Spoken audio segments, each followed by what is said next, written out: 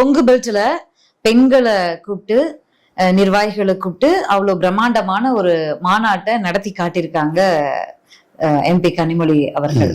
அவங்களுடைய இந்த மாநாட்டு நடத்துறதுக்கு பிறகும் இங்க சட்டமன்றத்துக்கு வருவதற்கும் சில காரணங்கள் இருக்கு. இங்க ஃபீமேல் ஃபேஸ், அமைச்சரவையில பெண்கள் இருக்காங்க, இருந்தா கூட ஒரு பிரபலமான ஒரு ஸ்ட்ராங்கான வேல்யூவான ஒரு ஃபேஸ் தேவை திமுக தரப்புல இருந்து. அது கனிமொழி அவங்கள நம்ம மாநில அரசியலுக்கு கொண்டு வருவோம் அப்படிங்கிற ஒரு ஐடியால திமுக இருக்குங்கிற செய்திகள் என்னைக்குமே ஊடகத்திற்கு கசியும் இல்லையா?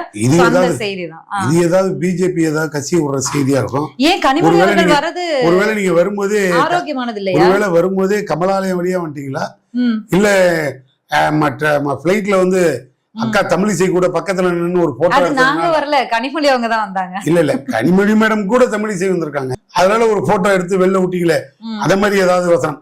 அதெல்லாம் நீங்க ஒன்னும் கவலைப்படாதீங்க. தமிழ்நாட்டுக்கு ஏற்கனவே அவங்க தமிழ்நாடு பேஸ் தான். தமிழ்நாடு பேஸாதான் டெல்லியில இந்தியாவுல தமிழ்நாட்டோட அவல நிலைகளுக்கு குரல் கொடுக்கிற ஒரு இடத்துல பலமான பெண் உரிமையை பாதுகாக்கிற இடத்துல இருக்காங்க. நீங்க ஒன்னும் அதுக்காக கவலைப்பட வேண்டாம்.